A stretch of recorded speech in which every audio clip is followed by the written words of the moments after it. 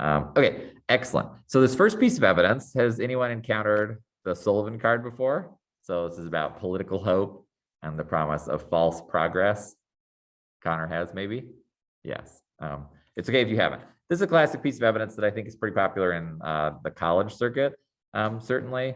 Maybe has trickled down. Okay, so if we look at the card, you can read it here. The U.S. has made racism a permanent component of society. Hope the political struggle will end racism is a farce. Civil rights laws have failed to overcome the impacts of slavery, the devastating legacy of slavery.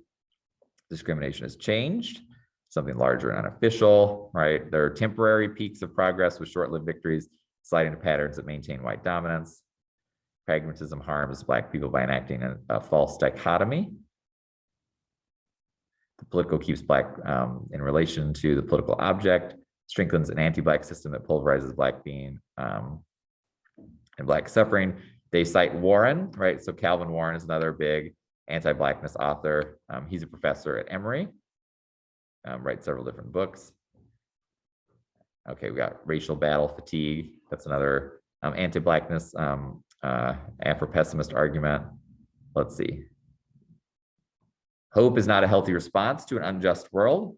Low hope African-American men who best recognize pervasiveness and discrimination. This card has a little study, so it uses a study to demonstrate that hope is an irrelevant response to political progress, right? And coping in communities. Racial realism urges Black people to acknowledge white people will never do anything to improve the lives of Black people. There's no ultimate progress or victory to anticipate. Okay, so let's just talk about the Sullivan piece of evidence first, and we'll talk about anti-Blackness and Afro-pessimism and I guess some of the general precepts. So what does this card argue? And why would, I guess, if the negative read this, and you could say, let's say you're affirmative, what are some of the apps you all are working with in lab these days? Yeah, Gio. Cyber Article 5, we clarify Article 5 of the bill to be very clear about what cyber attacks happen and how we respond. Okay, yeah, so what advantages are you writing for that? NATO cohesion and Russian aggression.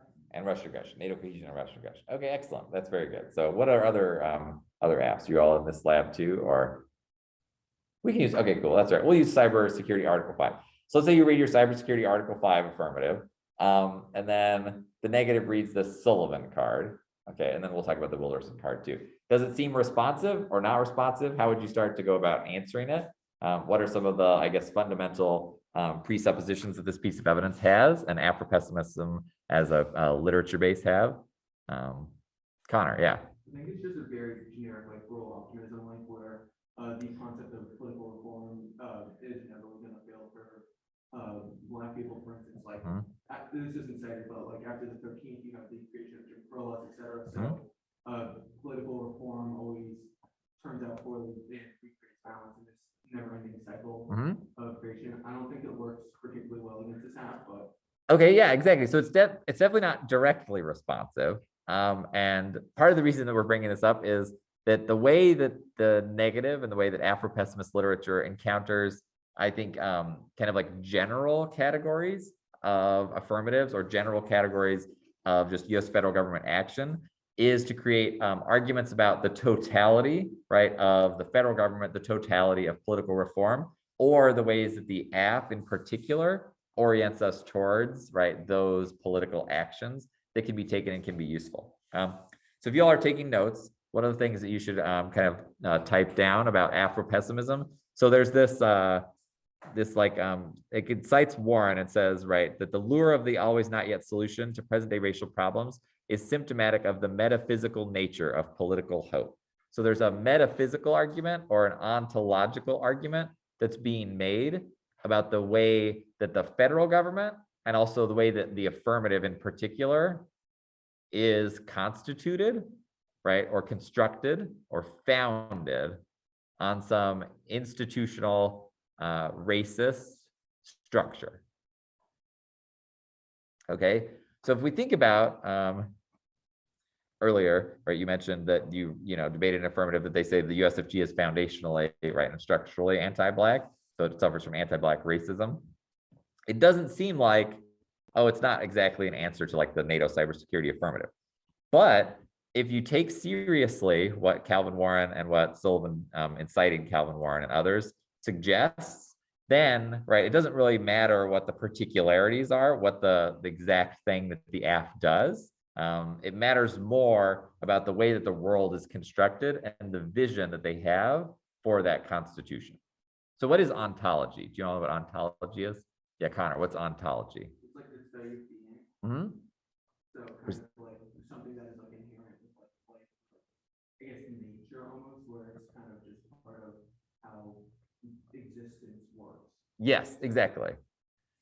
Do you want to say some more? But yeah. I was gonna just say like, so for most like Afro-pessimistic scholars, they think that anti-blackness became like ontological when the Middle Passage was formed. Yes, exactly. Yeah, perfect. So like anti-blackness was an ontological foundation for basically political formations after the transatlantic slave trade.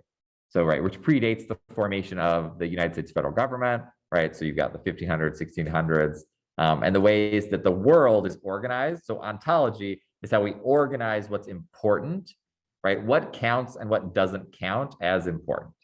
So Gio, did you want to add something to that, or do you have a question? What's that? That clarified it? Okay, great. So in one sense, right, this 1NC wouldn't be necessarily responsive to something like the cybersecurity affirmative, but there could be ways in which the negative would start to make link arguments. And there will be an Afro-pessimist critique this year that's way more responsive to NATO, and there'll be like NATO specific cards, so don't worry about that. I'm sure NATO is thoroughly anti-Black, wouldn't surprise me. Right, as a European institution, it's probably it's gonna be a problem. But in one way, if you think about the advantages, so you talked about NATO cohesion and then avoiding a Russia war, right? Who is it important that we have NATO cohesion for? The United States, yeah. But in particular, what like elements of the United States? Yeah, like the military. Like the United States government and people who like run it. Yeah, right. So like the people in power, the authorities, the general elites. And then like as far as preventing a Russia war goes, or thinking about deterring Russian conflict, right? Like who is it most important that we deter Russian conflict? For like our European, right, security partners. So there's this in a sense in which like, you know, nuclear war would happen and that would hurt the United States. But as far as thinking about who is important, right, the affirmative will always make value claims about who should be protected, right, and what that protection means. And that's what ontological identification is. So you might think to yourself, well, the AF makes no ontology claims, right? We don't organize the world. We don't say who's important and who's not important. But ultimately, the affirmative will be making those claims whether or not you want to or you think you are making them. Okay.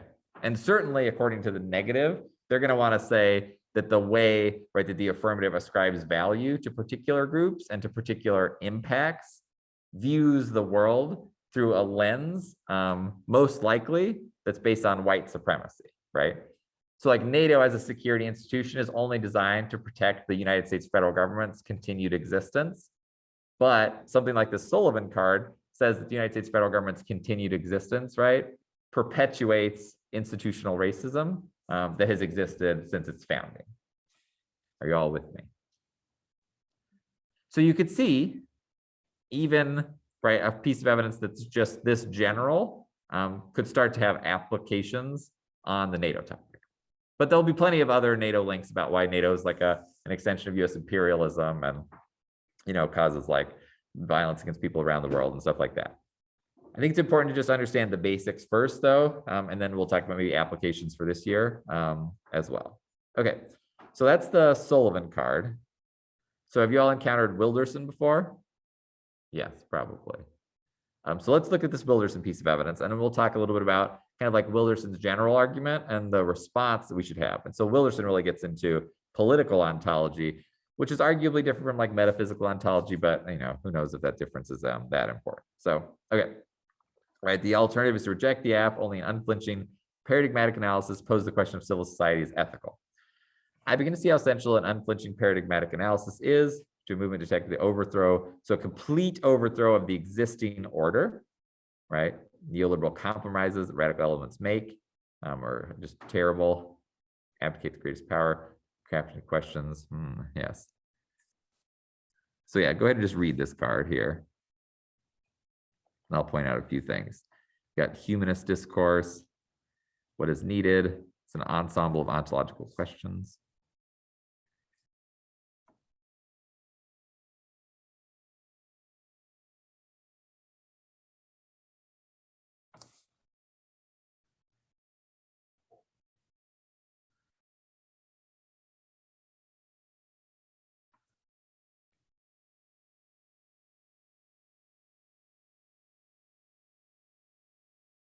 Oh yeah, and then we can talk about Wilderson's, I guess like 3 characteristics of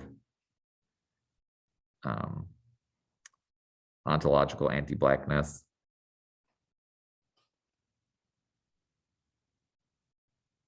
Okay, so according to Wilderson, what should we do about anti-Black racism? Why should we do it? What's the only method of solvency? Wilderson's kind of tough, honestly. Yeah, Gio. I think like Wilderson is prescribing us to bring it all back, like all the power. Yes, and why does Wilderson suggest that we need to do that? The complete overthrow of an existing order. So this partly goes back to the way that Wilderson conceptualizes. I wish I had a whiteboard here. So the way that Wilderson conceptualizes the category of human, right? So in what counts as human, and where Black folks fall under the category of human is very important for understanding value and political action. So, right, Wilderson says that their anti-Black racism functions ontologically because of a few different things, right? There's this idea of general dishonor, natal alienation, and gratuitous violence. Not necessarily in that order, but those are categories. Have you all heard of these before? Gratuitous violence, general dishonor, and natal alienation. Most people don't talk about general dishonor. Mostly they talk about gratuitous violence and natal alienation. Does anyone think they could define those or talk about what those mean? Yeah, Connor. Natal alienation is about being separated from like the country, from their homes on a slave ship, which creates some form of disconnect between culture and social isolation. Yes, exactly. So it's socio-cultural, so it's a social and cultural isolation. And natal, N-A-T-A-L, right, also refers to birth. So Wilderson argues that the way that slavery happened in the United States, families were also separated. So they would break apart families. People weren't, they couldn't even, have their children around. And so it was a very violent separation. And that continuity, according to Wilderson, is part and parcel of establishing value and identity, right? So it's very important for people to be able to say, well, I came from here, right? This is what's important to me. My family is what's important to me, and all those things. And breaking apart those family networks for Wilderson created basically like this position of, Black individuals as the slave, right? That's part of, right, the constitution of anti-Black racism, where certain people aren't even ascribed value at all. So it's an ontological concern. It's not like structural racism is an alternative perspective. We'll talk about the way that Lewis Gordon kind of clashes with this perspective of Wilderson, but it's not just enough to say that people were oppressed, but they were categorically ascribed as different, right? In the way that like cattle or livestock, right, are different. And natal alienation is one of the ways that Wilderson suggests that this happened. Okay. Then there's gratuitous violence, which is not just regular violence, according to Wilderson. You all know what gratuitous violence is, or how that functions, or what he says. So this is violence that can be visited upon a certain group without any consequences to, right, the group that's visiting the violence upon them, the oppressor. And it's not done in a specific reprisal to like an action. So there's like a, the Haitian slave revolution or whatever, that then created like a violent revolution. That's not what Wilderson's saying. It's not like when the French, attacked like the Haitian slaves who were revolting. It's that at any time violence can be done, and it's done for no reason at all. That's what gratuitous violence is. So it exceeds the like rational reasons that violence might be done, right? Which is how slavery was constituted, which was that there was always an ever-present possibility of violence. And then the third and last one is general dishonor. And general dishonor deals with, I don't think this piece of evidence necessarily mentions that, but General dishonor deals with that contributions by Black individuals, people of color, aren't even recognized as a reason that those groups should be respected.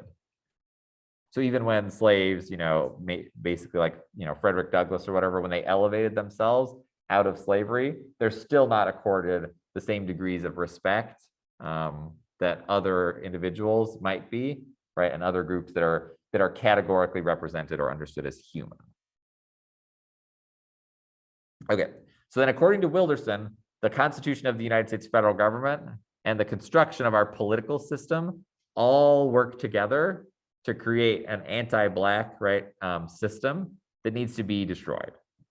So that's where the roots of Afro-pessimism. So we talk about what is Afro-pessimism. It's this perspective, a pessimistic perspective about the ways that the political institutions can orient themselves towards solving racism, especially anti-Black racism in the United States and abroad.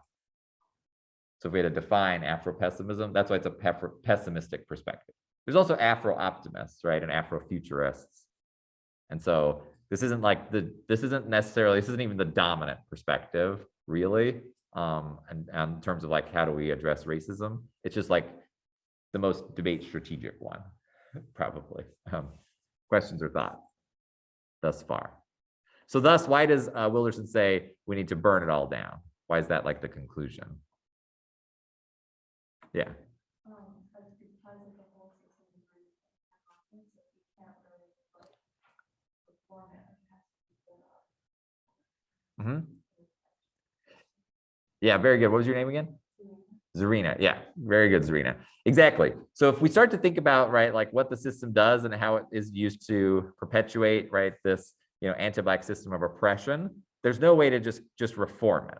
We can't just say like, oh, we're just going to tweak it a little bit, because the whole system is constructed around this ontological orientation where, certain individuals are valued as human and then other individuals aren't valued at all, where Black people are not even considered in the calculation of political value. So yeah, we just got to get rid of it all, starting at the bottom and then start over. So it's a very powerful debate argument, because with debate arguments, it's nice to have kind of a totalizing description, this like totality. So everything is bad about it, thus it can't do anything good. We'll talk about affirmative responses and stuff too, so and how to debate it. Yes, Serena. How do you explain, not really the solvency, but when you say this is the alternative, and the app is probably going to be like, okay, well, how on earth are you going to do that? Yeah. So how do you kind of explain how that would actually occur? I guess the best way, and I mean not the best way, but you're like, okay, so when the Haitian slaves were revolting against their masters, and someone asks why, what are we going to do the day after the revolution? What do you think their answer was? Yeah, we'll just be free. We'll be free to choose our own path. And so what you're asking is like, okay, so the day after we've burned it all down, what are we going to do? The answer is we'll be free and we'll figure it out.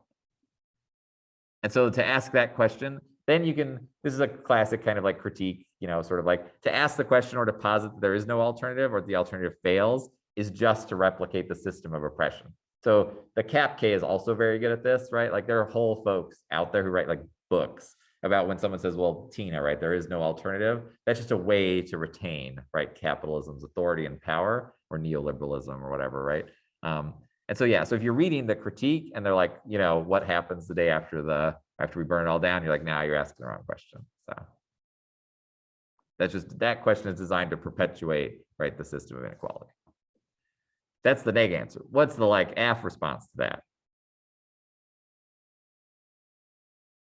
The AF response has to be like, okay, well, if it's not a totalizing structure of domination, though, then maybe we should start to figure out how we could do things to make a different system in place. Yeah. So natural elimination, gratuitous violence, and general dishonor are ways of the spiritual or political. Yeah, that's kind of the metaphysical, in a sense, ontology, So metaphysics, it kind of it supervenes or comes before, necessarily the pragmatics of how people interact. So for Wilderson, these operative conditions, they exist and basically create the, I guess, interactions between peoples even before any like racist stuff happens, because they're structuring existence. So even like language, according to Wilderson, ascribes particular values where Black people aren't respected as, they're not even people, according to Wilderson's theory, because of the way the world is constituted.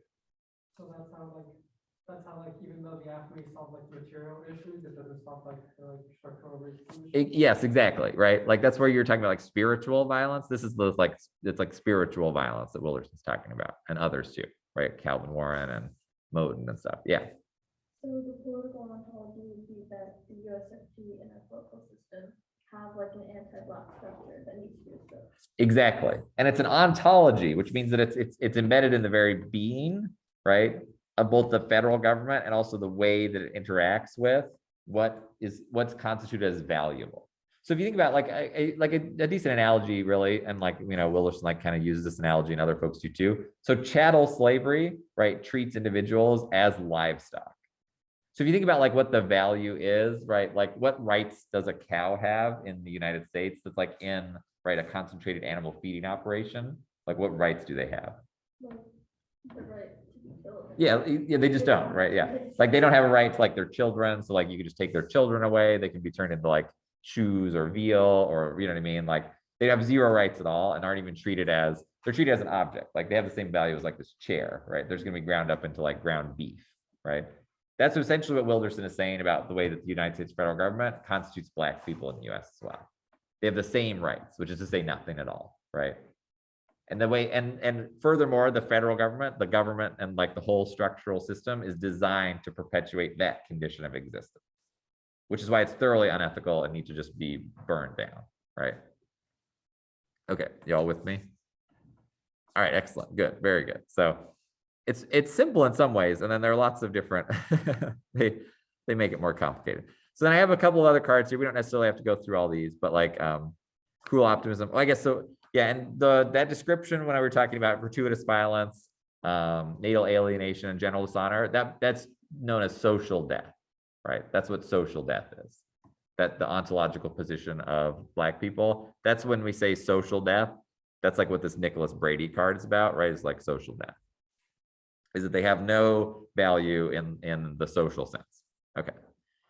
So now let's go to and talk a little bit about the ways that you can debate some of these premises and respond to, I guess, the kind of like general principles of Afro-pessimist scholarship and literature that we get from Sullivan and Wilderson, and Sullivan cites Warren too. So you get some like general stuff. So if you go down to the 1AC Gordon card, I say 1AC Gordon. We used to put this in our 1AC when we were debating teams that read anti-Blackness. Typically, if it's like a big policy app, this would be a good card here. So, so it's not ontological. Racism is not ontological, but it's a product of distinct power structures. Whereas the negative would disempower continued challenges anti-Black racism, ignore historical realities, and Afropessimism permanently resigns Black life to a state of despair and incapacity. So Lewis Gordon, you probably have read Gordon cards. So take a look at this card, and then we'll talk about some of what Gordon is doing to respond to the description of the world that Wilderson has and what we should do about it. Wilderson and Warren and others.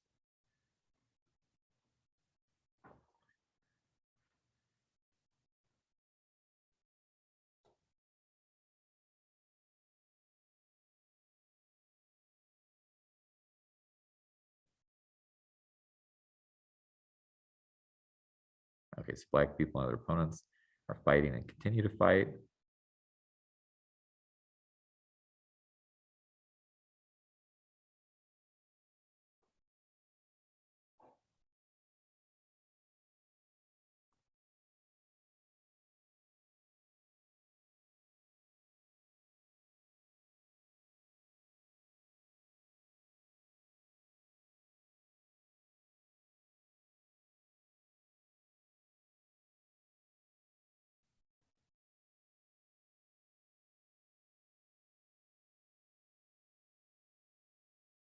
So Gordon's more like an Afro-futurist, right? He's talking about the question is what will be, what the realization is done that will be on the future will depend. And I guess political commitment specifically is what he says.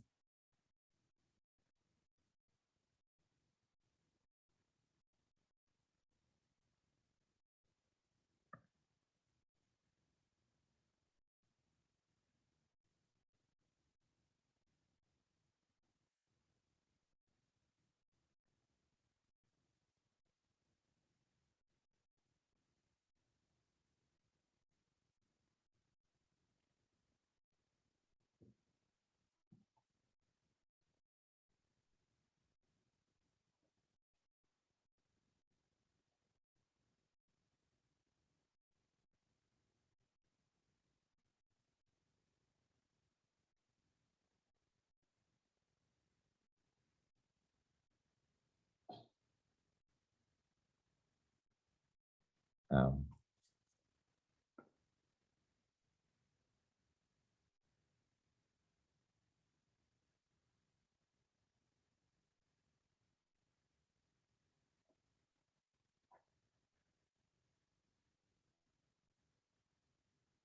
okay, thoughts about this? Yeah, Connor? Oh, yeah. So I think one, like, what initially doesn't work transforms conditions for something new, kind of summarizes it, like the whole card. They kind of reject the idea of like, Afro-Optimism, pessimism, instead by committing oneself to political change, and instead of just hoping things will get better, or assuming that they will, instead like committing to a political idea where you continuously make reforms to societies for better future ones. Yeah. So I think that's great. Connor's very good, on the right track here. So when we think about like the question of like, will the world get better and solve anti-Black racism? What is the answer that Gordon gives us? Should we be optimistic about it? And like, yeah, it's going to be great and stuff's going to change? No. Should we be pessimistic? Like, no, nothing's ever going to change? No, what should we do instead? If Gio. If he's saying that he wants to actively like shape the world, I'm not exactly sure how he wants to do that. Yeah, I mean, this card doesn't go through the exact details, but it's about political commitment. So what we're going to say here and what Gordon suggests as an answer to, right, Wilderson and Warren, is you say that it's not that anti-Black racism doesn't exist, because it obviously does, and it's highly important and relevant, and both in terms of like the political effects, right, and also the spiritual effects and everything like that. But, right, anti-Black racism isn't an ontological, metaphysical, or transcendent category that we can't do anything about. So it's not that we should just throw our hands up and be like, oh, it's impossible, nothing can be done, right? We just need to, I guess, like burn down all of civil society. That would be our only hope, right? Gordon says, no, look, there are going to be failures. So sometimes we're going to do something, right? We're going to try to change something. And it's not going to work. So like Nat Turner's rebellion, where they like rounded up everybody and right, slavery persisted after Nat Turner. And then they, killed Nat Turner and others that were all abolitionists. And it's like, and that was terrible. And we can recognize that. But also that sowed the seeds for the ultimate abolition of slavery as an institution. And so it's those failures, right? We can point to failures as building the possibility for the future. So, right, Jesse Jackson and Shirley Chisholm's presidential campaigns, those sowed the seeds for the ultimate, right, success, perhaps, of Barack Obama's campaign. And even if Barack Obama, obviously we're not like, oh, Obama solved racism, like, right, like hashtag, it's like even the failures of the Obama, right, administration to address things like systemic racism, those are learning opportunities. So like the Haitian Revolution did overthrow their oppressors, right? They got rid of slavery in Haiti.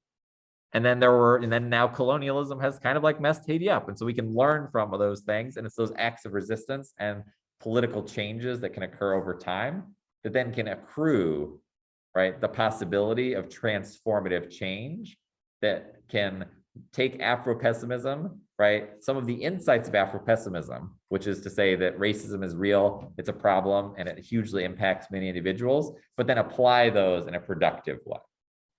That's what Gordon is saying.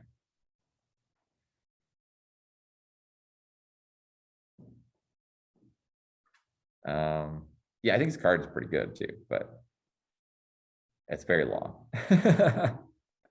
That's one thing. That's why I was like, oh, one AC card, basically. And then as far as like, I guess, a few other things too, that are just like to note about the way that it encounters like social death and political ontology. What does he say? He has a kind of specific criticism of the theory of social death and political ontology. What does Gordon say about that? Did you all pick that up? Oh, I guess it's screen share. So I'm scrolling back and forth here. I'll just stop the sharing there. I'll do a quick little.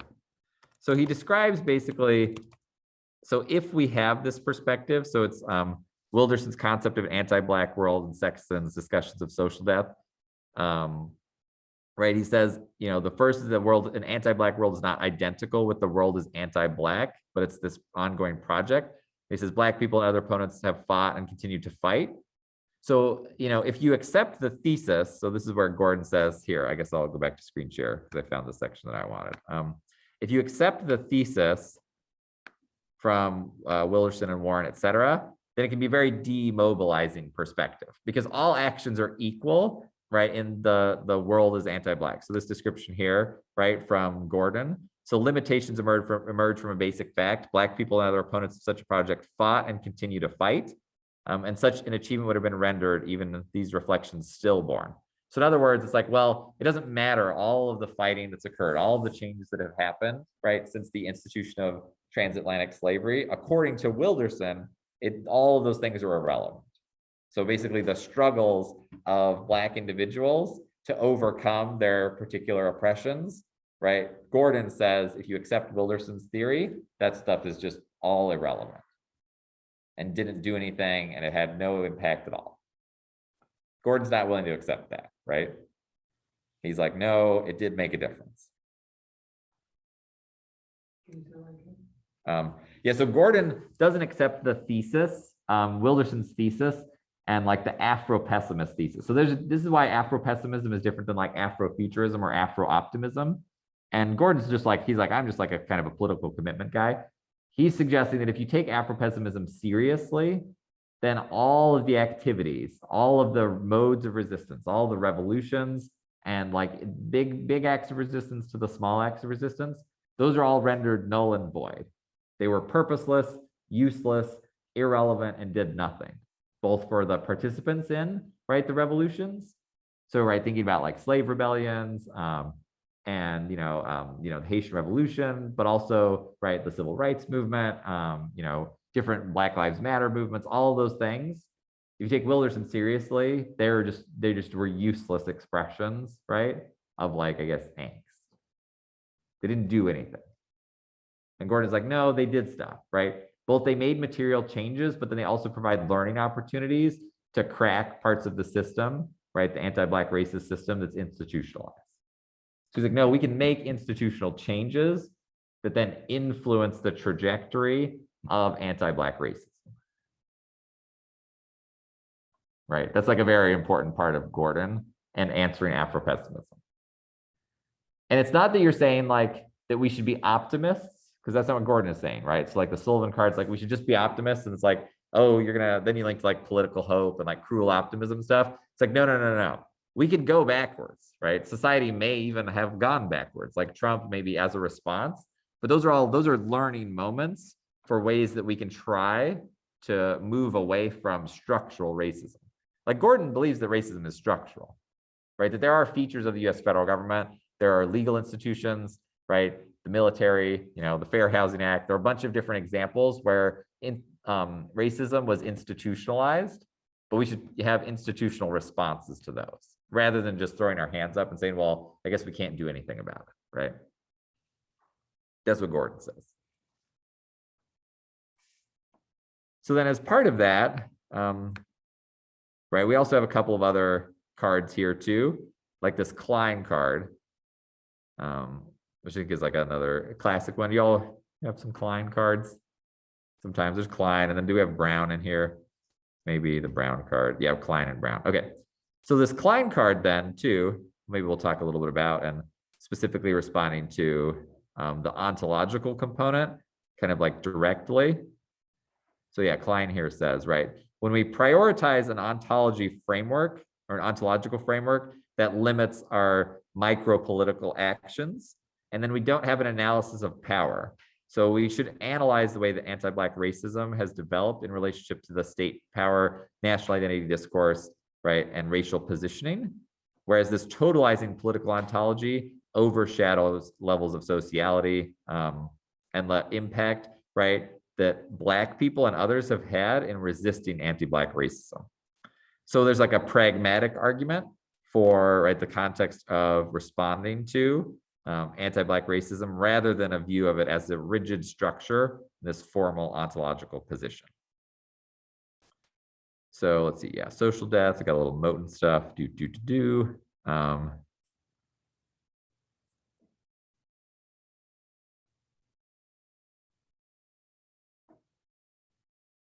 Okay, yeah, so I'll stop sharing the screen here. But so I guess then we'll have time for questions too here, before lunch. But it's really important when you think about the ontological category, so Klein and Gordon here, that you answer or respond to, right, that claim that there is something about it that's ontological, which means that it's all pervasive and totalizing.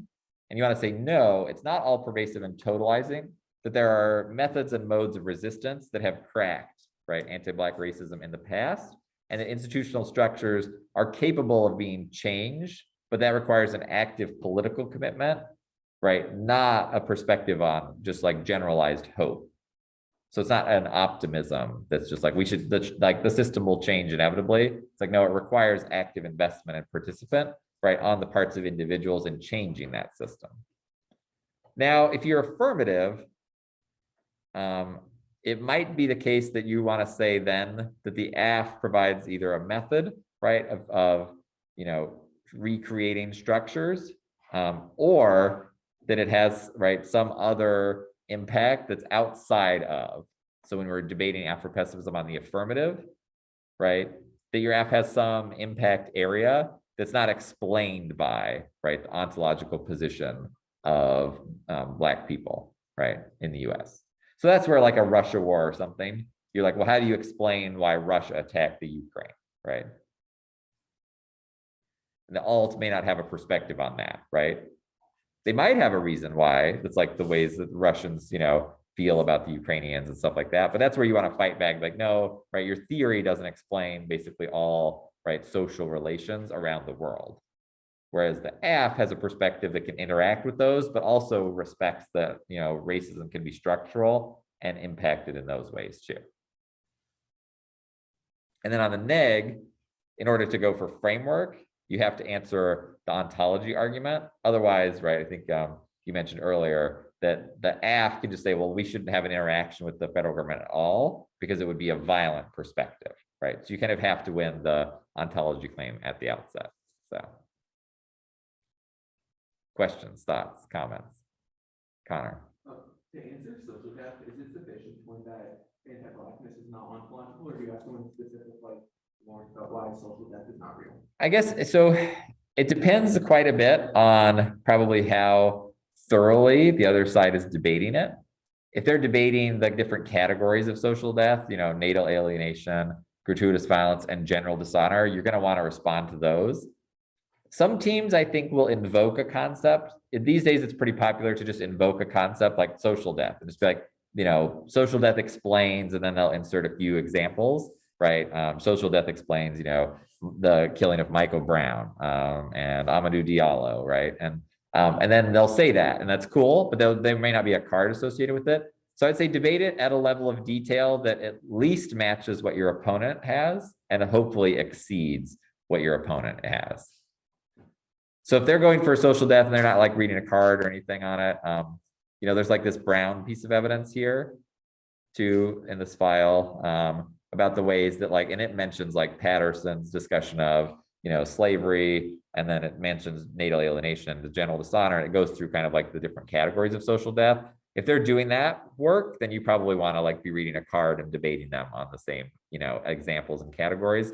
If they're not, as long as I think you're debating the general premises in theory, you should be okay. But again, it always behooves you to exceed their level of specificity, not just match it. So, right, yeah. Other thoughts or questions? The other thing I will say too is that it helps a lot to have read good cards. So like, you know, Gordon and Brown and stuff. But then later in rebuttals, it helps even more to be conversant with the different examples that you're using, that your evidence describes, and also the theories and kind of like the language that the other side is using.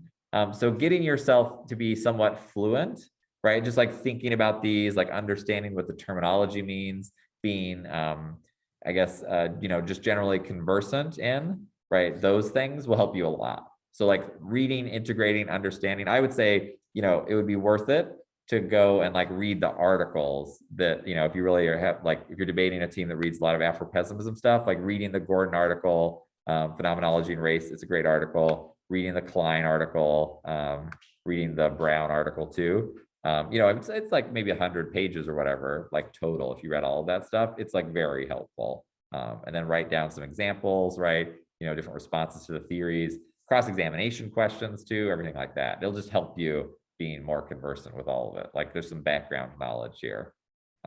You could probably do it, you know, like it'd take you like maybe a couple days really, and it's like would be well worth it. So yeah. And then the other thing too is like if the AF team, I mean, sometimes they'll read cards, but then sometimes they don't. And this is where if you are, you know, familiar with various theories like from Calvin Warren or Sexton or Wilderson, it can be fairly helpful not to like try to pigeonhole them or to, you know, like say like, hey, like, you know, do you understand, are you along like Wilderson's conception of ontology, right? And or are you using kind of like Patterson's theory of social death, right? Or Warren's understanding of social death. Those cross-examination questions, if they're taken as, if they're like in good faith, can be very helpful, as long as you're not like trying to use them as gotcha moments. But if like, because then the other team really, it'll kind of like demonstrate, I guess, if they haven't, you know, if they're not really engaged in like the scholarship part of it, and you are, I think judges like to see that, you know, it's like you've done your research and you're like, you know, it's like, oh, hey, like, you know, Wilderson says this about, you know, social death, and, you know, or, you know, are you talking about like natal alienation and general dishonor and gratuitous violence? Are those things that are important for how we understand, right, the social position of Blacks? Is it a political ontology, right? Is it a metaphysical, you know, existence? Can it be overcome or not, right? Like, are you using the understanding that Sexton has, right, of anti-Black racism in this circumstance, stuff like that? I think if you're conversant in those, it takes a little bit of work and effort, right, to kind of like chart out what some of the theories are. But if you're debating a team that like makes these arguments a lot, the judges really, I think, respect when, you know, you've done your research and you've done your homework, whether they have or not, right? So, you have a question? So do you think that it's like worth your time to like really read through Afro-pessimism arguments for like this season? Do you think it's gonna be like a, you know, I guess it's like it, to the extent that it is sort of perpetually, right, like relevant, there definitely are going to be like good NATO links. So like there aren't any in this file because, you know, right now we're just talking about kind of like the general precepts of Afro-pessimism, and I didn't cut any NATO links. But there's for sure a card out there, and we could probably find one right now. But if we just plugged in, you know, like Wilderson, Afro-pessimism, NATO, and, you know, security cooperation, or like NATO and imperialism, you're going to find like an article about it, right?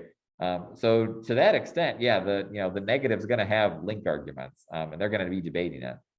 If an AF team is comfortable just reading their general Afro-pessimism stuff, they'll probably do the same thing and find that NATO link card and just make their ontology arguments. And then when people try to go for framework, the same thing, right? They can just be like, no, you're trying to force us to debate this totally irrelevant resolution that has no impact on our lives, right? When what we should be doing, right, is questioning the fundamental, right, position of racism in society. And so they are going to tweak their arguments a little bit. So I guess I would just see, I don't know, you know, what your circuits look like and who you all debate a lot. But to the extent that if there are teams that you want to beat that are reading these arguments, then it's absolutely worth it to do the work, do the reading, right, understand what arguments they're making. You can always Google terms that you don't understand. Like there are good Wikipedia articles about like what is ontology, or Stanford Encyclopedia of Philosophy articles that, you know, like if you encounter a word that you don't know, just like, yeah, Stanford Encyclopedia of Philosophy is great. Oxford Encyclopedia usually has good terminology descriptions for stuff. Wikipedia articles, yeah, like, you know, try to like figure it out. So yeah. What authors do you recommend reading, like similar to Lewis Gordon? Oh, yeah, I would say in this, yeah, Lewis Gordon's great, Klein, Brown. there are a couple of others too. I'm trying to remember who else we read. I included these three because these I think are the best piece of evidence. If you like understand and have these cards and these articles, there are other cards in these articles too. If you went back and looked at the Gordon, the Klein, and the Brown articles and like understood them and cut all the cards, you'd be fine. But then you might want to find like, if you could find like a NATO specific answer, then you'd be good too. But yeah, this is for sure. Part of the reason I included the Brown one is because it has a specific response to social death, and it's a discussion of social death, which is nice. So if you want like it has like more historical details and talks about, right, micro resistance for, I guess, enslaved people, and the way that Patterson defines slavery and the natal alienation. And like, so it really digs into like social death.